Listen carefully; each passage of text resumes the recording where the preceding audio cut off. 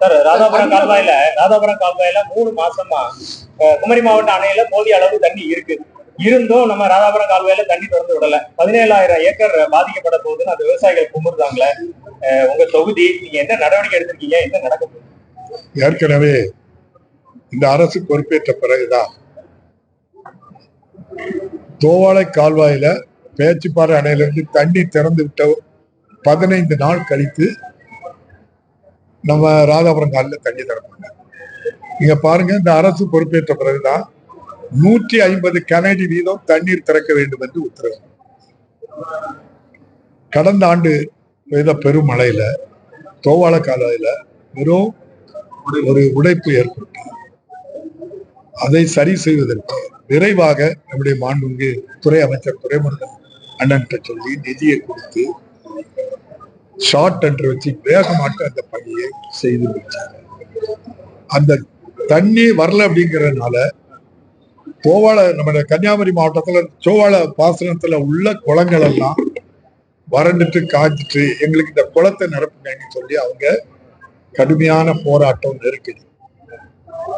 அது இன்னும் 20 நாள் டைம் கேட்டாங்க, முடிய போகுது. அதுக்கப்புறம் தண்ணி கண்டிப்பா எதுவுமே பிரச்சனைன்னு இல்லாம நாங்க பண்ணி பாக்குறோம். அதுவும் நீங்க நல்லா பாத்துக்கிட்டீங்க. இந்த அரசுக்கு எங்க கடல்ல போற தண்ணிக்கே 369 கோடி ரூபாய் திட்டம் போட்டு தாமிரபரணி கர்மேனியார் நம்பியார் இணைப்பு திட்டம் போட்டோம். நீங்க 20 நாள் தண்ணி வரலையேன்னு கேக்குறீங்க.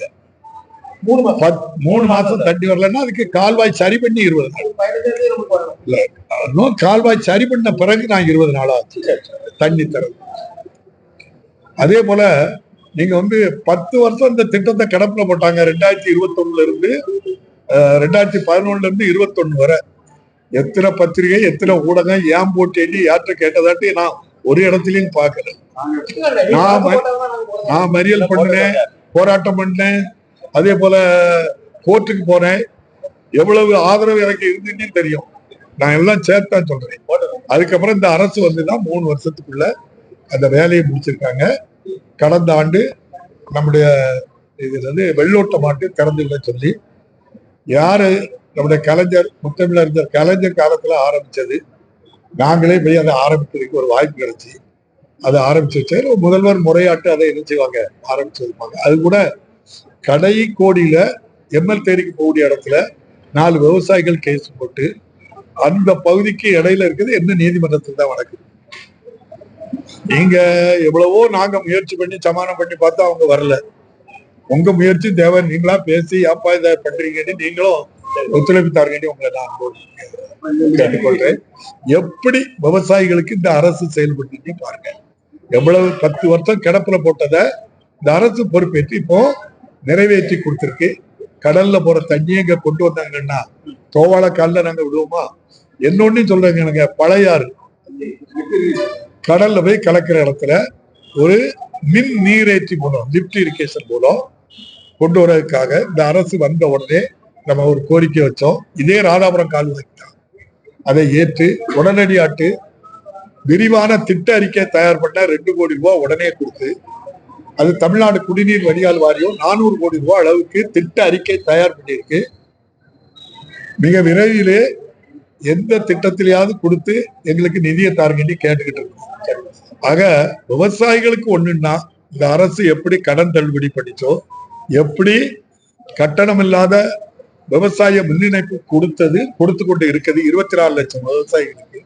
அதுபோல் விவசாயிகளுக்கு ஒரு சிறு பிரச்சனைனாலும் இந்த அரசும், அது கூட இந்த ராதாபுரத்துல நீங்க எல்லாரும் தான் குற்றச்சாட்டா சொல்லிய எல்லாத்தையும் ராதாபுரத்துக்கு கொண்டு போறாரு. குடிநீர் திட்டம் கொண்டு போயிட்டாரு, தாமிரபரணி தண்ணியை கொண்டு போயிட்டாரு, அடுத்தால மாவட்ட தலைமை மருத்துவமனையை கொண்டு போயிட்டாரு. பாருங்க, தேசிய பேரிடர் மேலாண்மை அரக்கோணத்துல இருக்கு, அடுத்தது ராதாபுரத்துல தான் ஆரம்பிச்சிருக்கீங்க. இப்படி எல்லாம் குற்றச்சாட்டை பழிய சொல்றீங்க. நான் உங்ககிட்ட தான் கேட்கேன். 2 அணுவலை ஏற்கனவே செயல்படுத்தி நாங்க விரும்பாதது திரும்பவும் இப்போ ஒரு 4 வேலை நடந்துட்டு இருக்கு. அதுல வேணா ஆளுக்கு ஒரு தொகுதி கேட்டு நீங்க வாங்கி கொண்டு கொடுக்கலாம். நாங்க அது வேண்டான்னு இருக்கோம். எவ்வளவு போராட்டம் பண்ணலாம். அதை நீங்க யாராவது காது வச்சே கேட்க மாட்டீங்களா? 6ல 4 நீங்க 2 போதும் எங்களுக்கு 4 ஆளு கொண்டு போங்க. அதாவது எங்க எது தேவையோ அரசு முடிவெடு. அரசு நாங்குநேரியும் மாவட்ட தலைமை மருத்துவமனைக்கு எல்லாச்சும் ஆவடை பண்ணாச்சு 50 கேட்டாங்க. அதையும் கன்சிடர் பண்ணி அதிகாரிகள் வந்தாங்க. ஒரு வேகமா ஒரு ஆஸ்பத்திரிக்கு ஒரு உயிரை கொண்டு சேர்க்கணும்னா முதல்ல ரோடு அது எங்க இருக்கு, கடற்கரை எங்க இருக்கு, அம்பாசமுத்திரம் எங்க இருக்கு.